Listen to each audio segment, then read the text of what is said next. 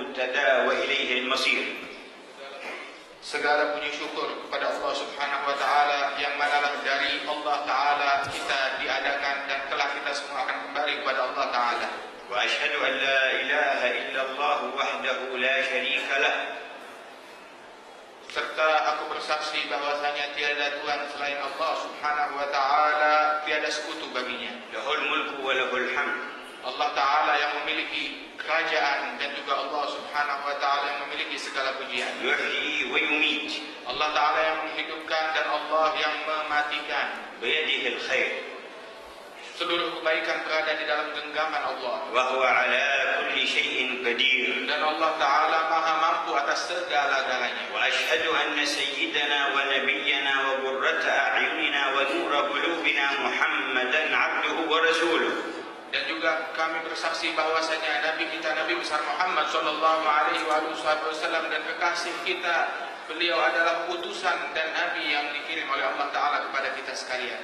خاتم الأنبياء والمرسلين. Beliau adalah penutup dari sekalian nabi-nabi dan para rasul. وأكرم الخلق على الله رب العالمين. Dan beliau adalah makhluk yang paling mulia di antara makhluk-makhluknya Allah taala. فهو البشير النذير. Dan beliaulah yang memberi peringatan dan memberi kabar gembira. والسراج المنير. Dan beliau adalah lentera yang terang benderang. كل من خالفه لا ينال حقيقة سعادة.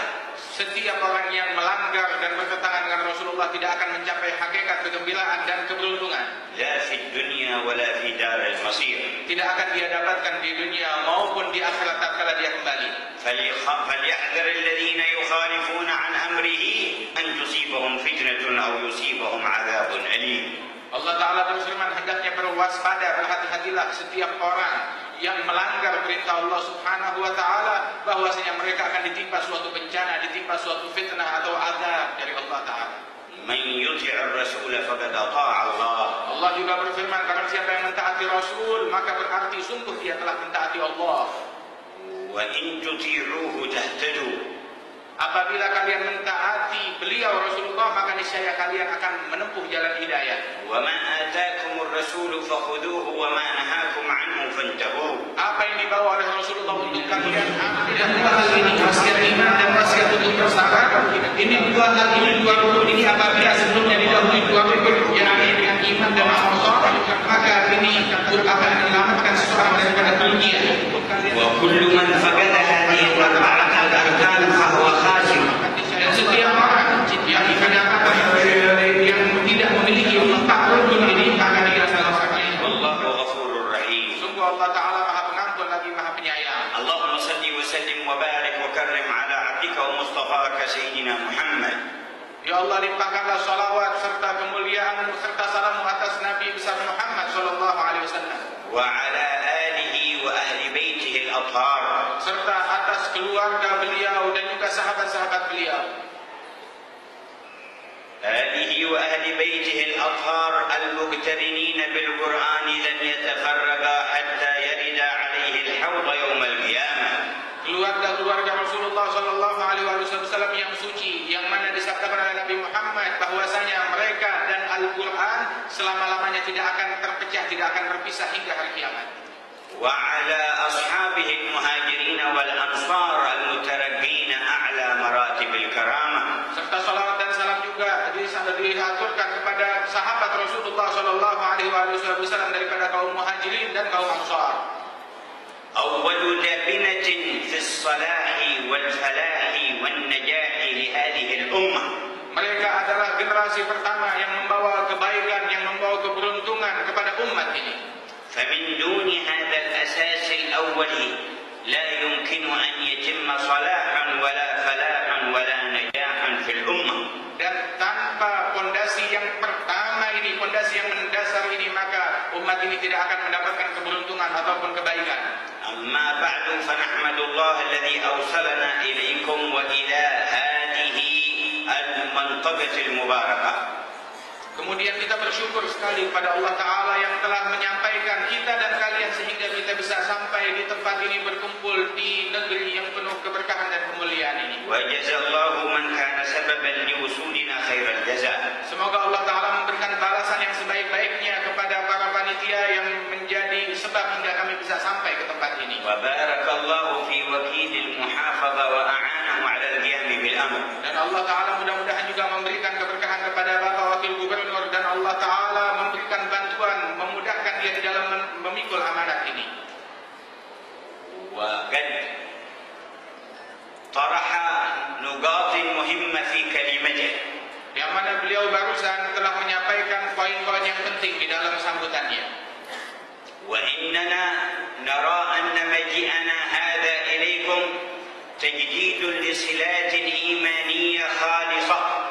Dan kita melihat, menyadari bahwasanya kedatangan kami kepada kalian untuk berkunjung ke negeri ini merupakan untuk mencapai daripada hakikat atau hubungan keimanan yang khusus. واستمطار لرحمات من الله فائضة.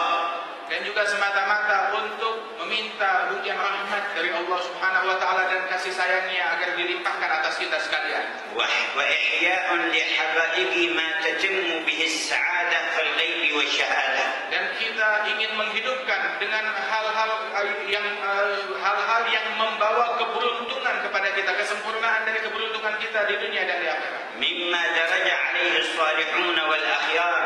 Hal-hal yang dijalankan oleh para kaum salihin dan manusia-manusia pilihan. من الذين مضوا في بلدتكم هذه وكانت لهم أطيب الآثار. Dan mereka adalah para kaum salihin yang dahulu mereka merupakan para pendahulu kita yang tinggal di negeri ini. ومن غيرهم في جميع الأرض. Begitu juga yang tinggal di pada negeri-negeri yang lain seluruh penjuru dunia. ونعد اجتماعنا هذا بكم وحديثنا معكم سببا من أسباب إقامة التواصي بالحق والصبر. Dan sesungguhnya perkumpulan kita dan juga pembicaraan kita, dialog kita yang terjadi pada sore hari ini bersama kalian, ini merupakan salah satu sebab untuk terlaksananya daripada saling mewasiatkan dengan kebaikan dan kesabaran. وهما ركنان إذا سبقهما الإيمان والعمل الصالح تحقق النجاة من الخسر. Dan dua hal ini, wasiat iman dan wasiat untuk bersabar, dua rukun ini apabila sebelumnya didahului dua rukun, yakni dengan iman dan amal saleh, maka ini akan menyelamatkan seseorang daripada kerugian. وكل من فقد هذه الأربعة الأركان فهو خاسر.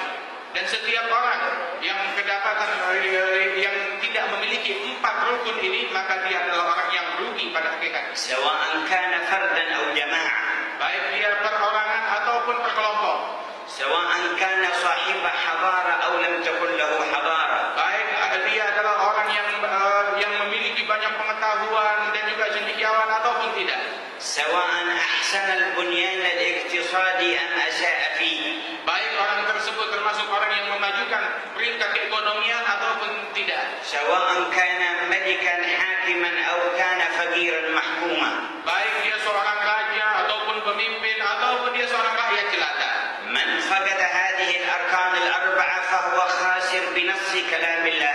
Tidak peduli siapapun, pokoknya kalau dia tidak memiliki empat rukun yang ini, maka dia adalah orang yang celaka, sial dan rugi sesuai firman Allah Ta'ala. والله تعالى بث هذا الخبر والحكم في قرآنه.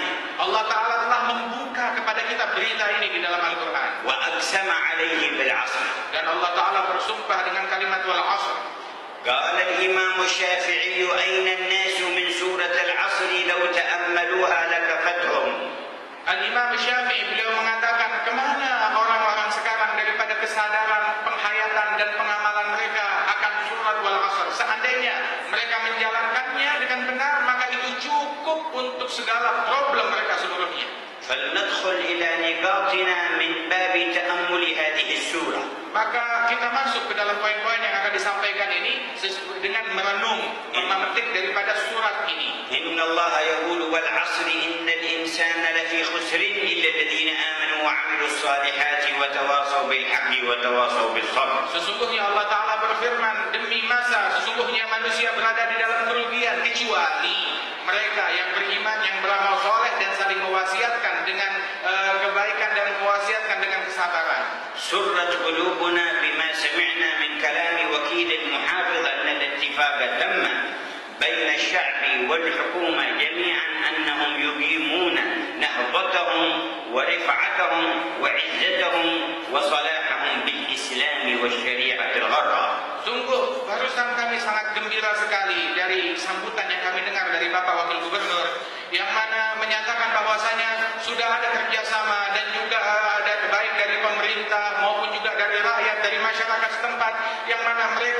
meningkatkan daripada peringkat keimanan, ketakwaan, dan dari segi agama akan menjadi makin lebih baik lagi. والحقيقة أن جميع النشاطات في الأرض من حضارات وصناعات وغيرها إذا انقطعت عن نور هذا الإسلام فنتائجها وعواقبها في الدنيا فساد وفي الآخرة عذاب. Dan sesungguhnya segala kegiatan yang terjadi di dunia ini, baik itu kegiatan daripada sosial, politik, ataupun juga perekonomian dan lain sebagainya, apabila kehilangan daripada cahaya-cahaya agama Islam yang tadi itu, maka semuanya tidak akan membawa keberkahan, bahkan akan gagal dan sia-sia. وفي عصرنا الذي نعيش فيه كثير من المسلمين لا يدرون أن دول الكفر القائمة التي تعد نفسها متحضرة واقعها يعج بكثرة العصابات السارقات المعتديات وأنواع الانتهاكات والاغتصابات والعقلاء فيهم متحيرون من الوضع. Dan kita sekarang banyak mengetahui bahwasanya daripada negara-negara non-muslim yang ada di luar sana, yang dikenal negara adidaya, yang memiliki segala kemodernan, segala kemajuan, segala teknologi, akan tetapi pada hakikatnya mereka sekarang menghadapi problem yang besar, yakni antara kezaliman, pencurian, pembunuhan, dan juga problem-problem sosial lainnya yang sedang menghantui mereka dan menyerbu mereka. أسلم شائب ألماني قبل سنوات لدينا في دار المصطفى بحضرموت، فلما ذكرت مشاكل الإرهاب قال أنا ما تعرضت في بلاد المسلمين لأذى أحد ولكني في أمريكا وبعض دول أوروبا تعرضت للنهب مرتين. Disebutkan, diceritakan oleh Habib Umar bahwasanya telah masuk ke dalam agama Islam seorang kakek yang berasal dari Jerman, yang mana dia ini ketika masuk Islam kebetulan di Darul Mustafa di Hadramaut sana di Tarim, itu beliau berkata ketika mendengar waktu itu sedang digembar-gemborkan, digosipkan kalau teroris itu berasal daripada kaum muslimin, maka dia mengatakan bahwasanya saya sudah berkunjung ke banyak negeri termasuk negeri-negeri Islam, dan di negeri-negeri Islam saya tidak pernah diganggu ataupun dijahati ataupun kecurian pun tidak pernah di negeri tersebut, tetapi saya pernah sekali kecurian dan itu terjadi di Amerika dan di negeri-negeri kafir lainnya. لكن كثيرا من عقليات المسلمين اغترت وانخدعت. Akan tetapi banyak pola pemikiran kaum muslimin sekarang ini mereka tertipu dengan gosip-gosip yang disampaikan dan juga mereka terbawa oleh pemikiran mereka. إما بما ينشر في وسائل الإعلام. Mereka terpengaruh mungkin dengan apa yang disampaikan di media. وإما بما يلقيه محترفون مغرضون من كلام كذب مزور معسول يظنه السامع حقا. Ataupun juga mungkin tertipu oleh omongan orang-orang yang kerjaannya untuk menyebar perpecahan dan membawa keburukan dan juga untuk memfitnah kaum muslimin hingga memberikan persepsi bahwa yang mereka sampaikan itu yang sebenarnya batil dianggapnya merupakan kebenaran, padahal tidak demikian. ولا يمكن قط من عهد آدم إلى هذا اليوم أن يتم كمال نجاح بإغفال أمر الخالق واتباع فكر مخلوق. Dan tidak mungkin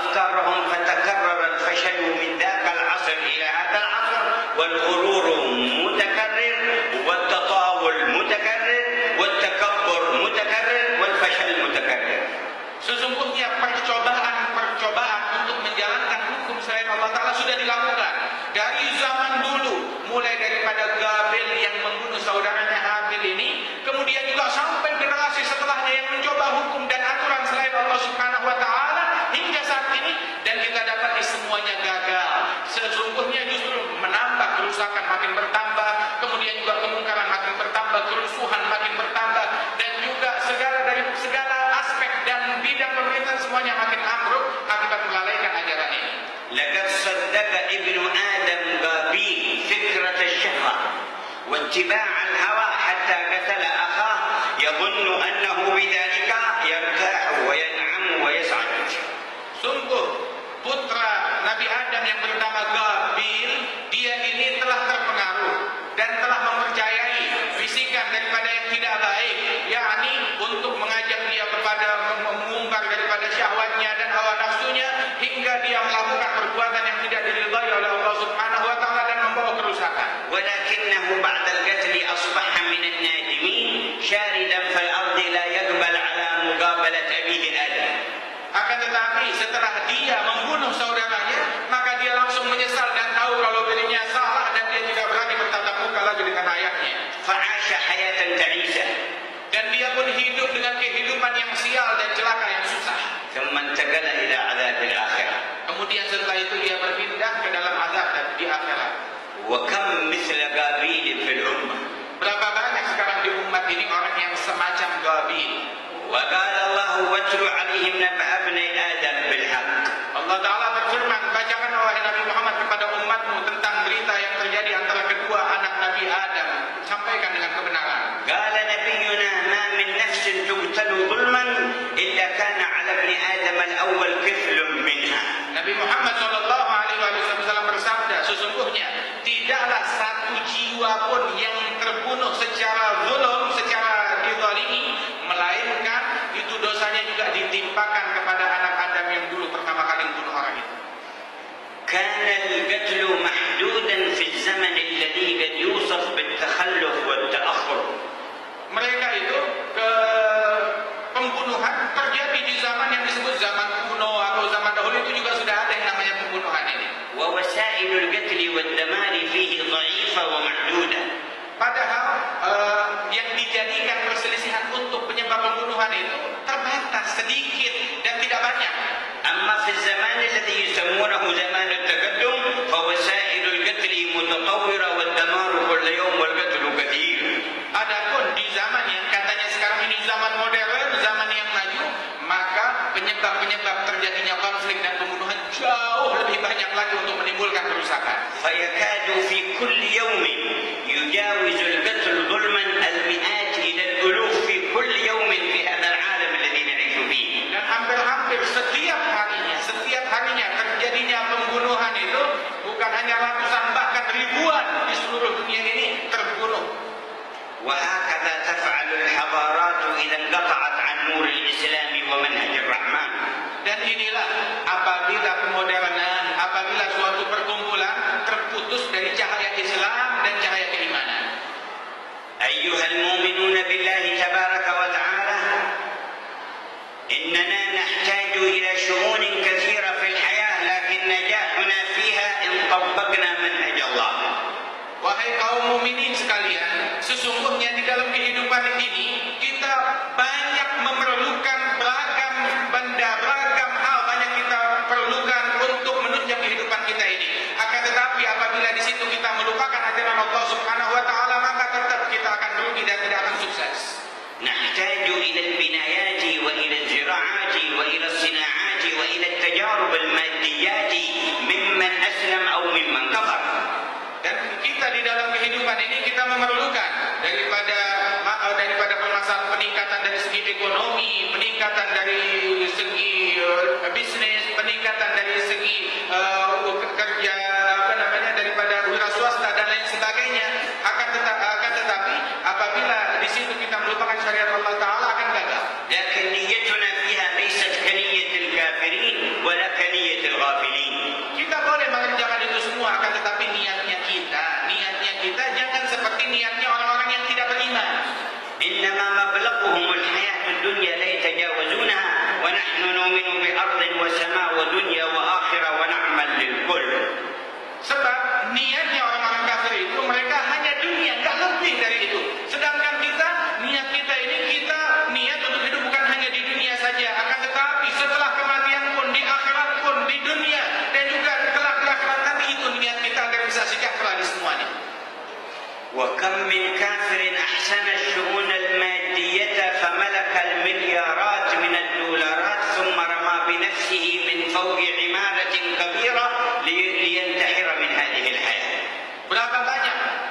Kita dengar daripada orang-orang yang kafir yang tidak beriman, dia memiliki banyak uang, harta triliunan dia miliki, akan tetapi tahu-tahu mendengar beritanya dia bunuh diri, melompat dirinya dari gedung yang amat tinggi hingga dia ingin cepat-cepat keluar dari dunia ini. حتى أنشأت حكوماتهم أماكن رسمية للانتحار يأتي المنتحر إليها ويدفع القيمة لقتله. Bahkan ada lagi sebagian pemerintahan, dia itu melarang daripada orang-orang untuk bunuh diri sembarangan, tapi disiapkan tempat khusus, suruh bayar dan dia boleh bunuh diri di situ. وهذه نتيجة حتمية للخروج عن منهج الله. Nah, ini adalah buah yang dihasilkan ketika seseorang keluar dari kurikulum dan ajaran Allah. لكن الغرابة أن يأتي مسلم يضيع منهج الله من أجل هذه المادة التي ما أفادتهم سعادة ولا راحة ولا طمأنينة. Tapi justru yang mengherankan apabila ada orang Islam dia membuang apa kurikulum yang dia punya demi hanya hal-hal yang remeh-temeh yang tidak memberikan manfaat dan juga tidak membawa ketentraman batin bagi orang-orang pemiliknya. إن عظمة الشريعة علمتنا أن مصالح الحياة يمكن أن نتعامل فيها مع كل من لا يضرنا ومع كل من لا يضرنا ومع كل من لا يسلب علينا ديننا. Sesungguhnya di antara keagungan dan keluasan syariat ini mengizinkan kepada kita untuk melakukan muamalah, menjalin hubungan ekonomi dan duniawi dengan setiap orang yang tidak membahayakan kita dan juga tidak mengganggu daripada kaum muslimin ataupun juga membahayakan keagamaan kaum muslimin. ومجتمع النبي صلى الله عليه وسلم في المدينة المنورة كان يحمل التعامل مع الفئات الكافرة الموجودة. Dan bahkan perkumpulan dan masyarakat di zaman Nabi Muhammad Sallallahu Alaihi Wasallam, masyarakat Islam di saat itu, mereka itu pun juga ada menjalin hubungan daripada bisnis dan ekonomi dengan orang-orang kafir yang tidak beriman. في البيع والشراء. Baik dalam masalah jual beli, وفي الزراعة. dan juga dalam masalah pertanian, وفي المهن اليدوية والحرف. kemudian juga di dalam hasil wira swasta mereka, kerajinan tangan, وفي الإيجارات. dan juga di dalam masalah penyewaan. لكن لم يسمح رسول الله لأحد من الصحابة أن يتعلم أخلاقا أو دينا من شيء من تلك الفئات. Ini semua diizinkan oleh Nabi, tetapi Nabi Muhammad Shallallahu Alaihi Wasallam tidak pernah mengizinkan sahabat untuk belajar daripada agama mereka ataupun akhlak mereka. ولا أن يتعلم منهم دينا. Dan juga dilarang untuk belajar daripada agama mereka. بل لما رأى صحيفة بيد سيدنا عمر من التوراة احمر وجهه وغضب وقال أما جئتكم بالقرآن كافيا لكم ولو كان موسى بن عمران حيا ما وسعه إلا اتباعي. Ketika sekali Rasul Shallallahu Alaihi Wasallam melihat Sayyidina Umar bin Khattab membawa beberapa lembar daripada kitab Taurat, maka Rasul Shallallahu Alaihi Wasallam marah hingga wajah beliau menjadi merah karena amarahnya. Sehingga Rasulullah mengatakan, bukankah aku sudah datang kepada kalian dengan membawa Al-Quran dan itu cukup bagi kalian. Seandainya Nabi Musa bin Imran dia hidup, dia pasti tidak ada jalan lain baginya. Mau tidak mau dia pasti akan ikut kepada saya dan meneladani saya. فلنا العز والشرف بالقرآن واتباع محمد الذي أنزل عليه. Maka cukup bagi kita kemuliaan dengan Al-Quran dan kemuliaan dengan mengikuti Nabi Muhammad Sallallahu Alaihi Wasallam. فاغتنموا نعمة الله عليكم والفرصة عندكم للقيام بهذا الأمر. Maka marilah kita gunakan kesempatan kita syukuri nikmat dari Allah Subhanahu Wa Taala dengan melaksanakan perintah-perintah Allah Subhanahu Wa Taala dan menjalankan agamanya. بعد تلك الحادثة الكبيرة التي مرت بهذه البلد وهي عبرة لنا ولجميع المسلمين على ظهر الأرض. Setelah kejadian daripada tsunami tersebut yang merupakan ini adalah pelajaran bagi kita sekalian, bukan hanya bagi kita tetapi bagi seluruh kaum muslimin, yang pelajaran yang harus kita petik hikmahnya. وأن الله يجعل من آثارها رحمة لمن مات ويقظة لمن بقي في الحياة. Dan insyaallah Allah Taala jadikan dengan karena itu semua Allah Taala jadikan rahmatnya bagi mereka yang menjadi korban daripada tsunami tersebut, dan Allah Taala berikan keberkahan kepada mereka yang ada dan hidup. فإن تلك من حكم الله في ظهور الآيات في الأرض. Sebab itu semua adalah hikmah dari Allah Subhanahu Wa Taala di dalam memunculkan pertanda-pertanda di muka bumi ini. إذا فنعرف من أين نتعلم الدين ومن أين نعرف الأخلاق. إنها من وحي الله الذي نزل على سيدنا محمد.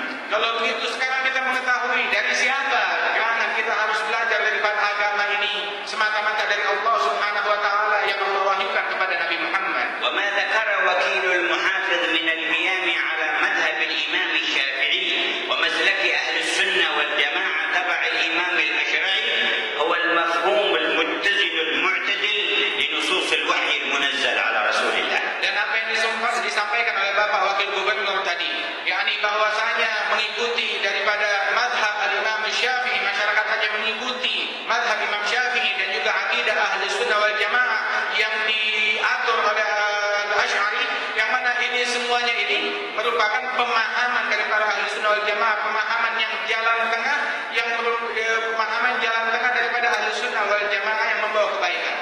فأتباع الأئمة الأربعة رضي الله تعالى عنهم من أهل السنة والجماعة هم الذين حملوا حقائق الإسلام والدين وترجموها في الواقع واستوعبوا بها الخلق. Dan sesungguhnya para pengikut empat madhab yang mulia ini, empat imam yang mulia ini, mereka itu para pengikut daripada madhab-madhab ini yang merupakan bagian daripada ahli sunnah wal jamaah kesemuanya. Mereka ini adalah orang-orang yang membawa hakikat Islam dan menyebarkannya di seluruh dunia.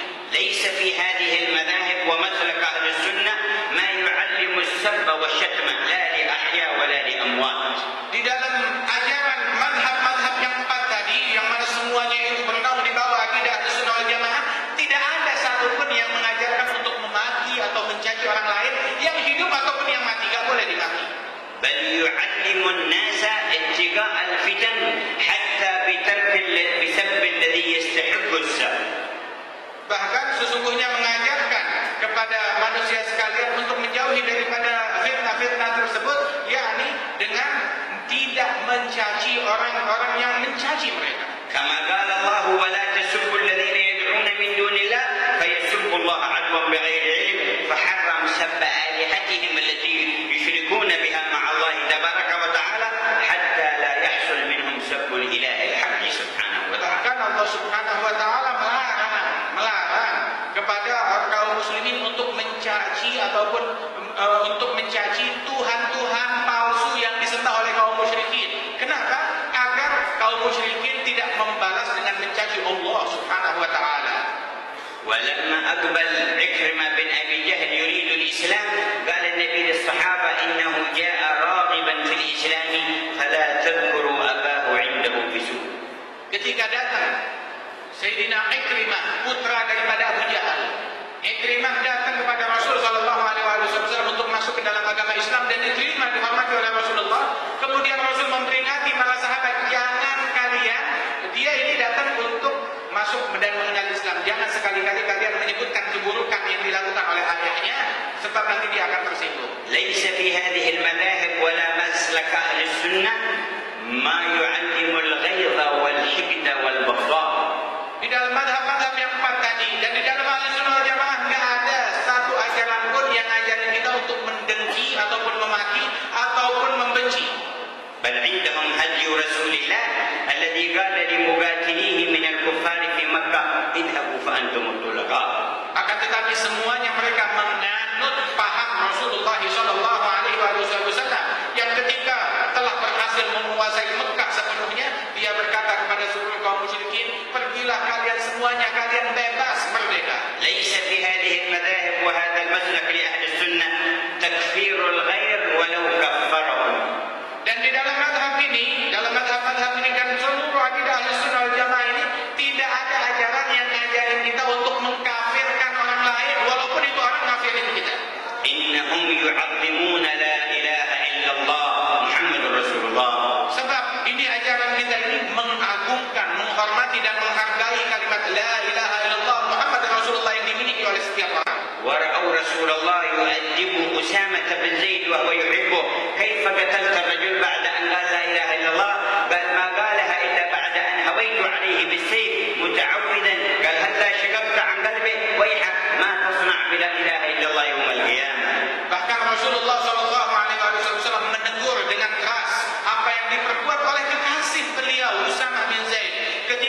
dia membunuh seseorang yang baru saja di dalam suatu pertempuran, ketika akan dibunuh oleh Usama bin Zaid, dia mengucap la ilaha illallah, maka dibunuh oleh Usama bin Zaid. Rasul menegur dengan keras, kenapa engkau lakukan ini padahal dia sudah mengucap la ilaha illallah.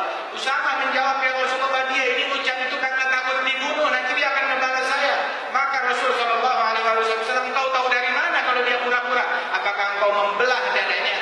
Celaka hal yang engkau lakukan itu. Bagaimana kelak engkau akan menghadap kepada Allah Subhanahu wa taala mempertanggungjawabkan la ilaha illallah yang telah diucapkan oleh orang itu. ليس في هذه المذاهب ولا مسلك أهل السنة ما يميل إلى التشدد والعنف ولا إلى التساهل والتراخي وإكمال الواجب ولكن وسط معتدل. Sesungguhnya tidak ada di dalam mazhab-mazhab yang empat ini dan di dalam ahli sunnah wal jamaah ajaran-ajaran yang ngajak kita untuk terlalu fanatik, sehingga dengan kefanatikan tersebut dia menyingkirkan dan tidak menjelek-jelekan daripada ajaran yang lain. Tidak ada kefanatikan tersebut, akan tetapi diajarkan untuk bersikap jalan tengah. فهل لنا حاجة بعد هذا أن نصغي إلى مذهب يعلمنا السب أو الشتم أو التكفير والتبديع أو العنف أو الشدة أو التساهل وإكمال أمر الله تعالى؟ Yang kita udah punya ini sudah sangat luar biasa, sudah sangat bagus. Terus apakah kita masih punya hajat kepada mazhab lain yang baru nggak jelas asal-usulnya, yang ngajarin kita untuk memaki, mencaci, mengkafirkan orang lain yang tidak sejalan dan lain sebagainya? Kita nggak perlu dengan itu semua. إننا أغنياء بالهدى والحق الذي ورثه السواد الأعظم من الأمة. Kita adalah muslimin yang kaya raya dengan warisan yang kita miliki, yakni warisan kebenaran dan warisan hidayah yang kita dapatkan dari para guru-guru kita, ulama-ulama pendahulu kita dari ahli sunnah wal jamaah. لكننا نحتاج أن نعلم حقائقه ونتفهم أعماقه وأبعاده.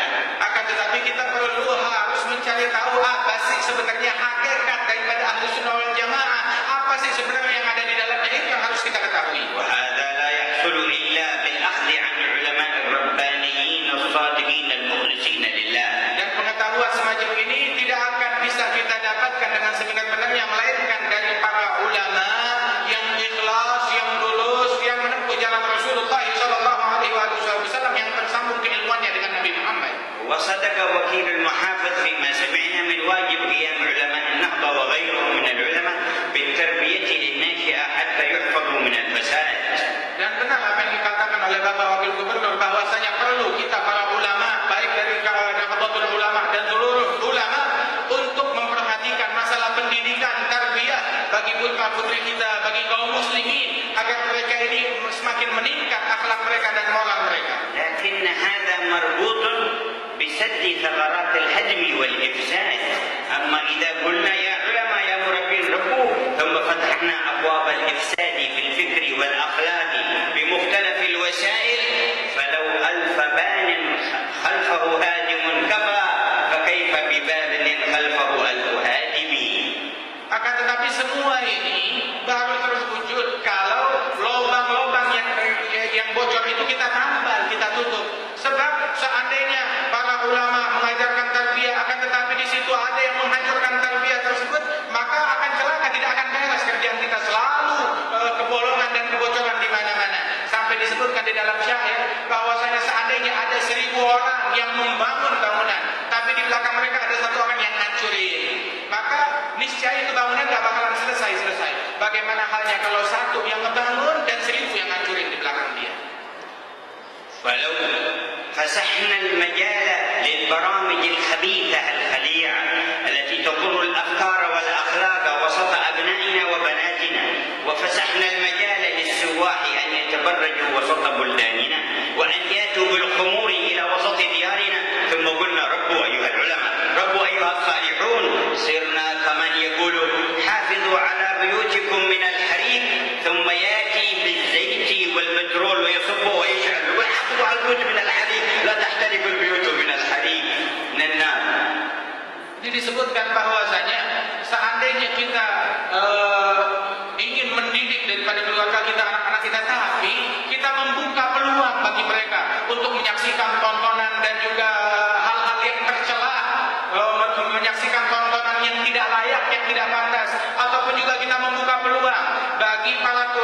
masuk ke sini dengan aurat yang setengah telanjang, membawa minuman keras di tengah-tengah lingkungan kita. Ini ibaratnya kita mengatakan, ayo didik anak-anak kita, didik masyarakat kita dengan didikan agama yang baik, tapi kita buka peluang-peluang yang tidak baik ini akan menjadi rusak. Ibaratnya seseorang itu yang punya rumah, dia bilang kepada keluarganya, jaga rumah ini jangan sampai terbakar. Tahu-tahu dia datang, dia bawa bensin, dia bawa minyak, dia siram ke rumah, terus dia bakar, terus dia bilang, hati-hati jangan sampai terbakar, hangus rumah kalian.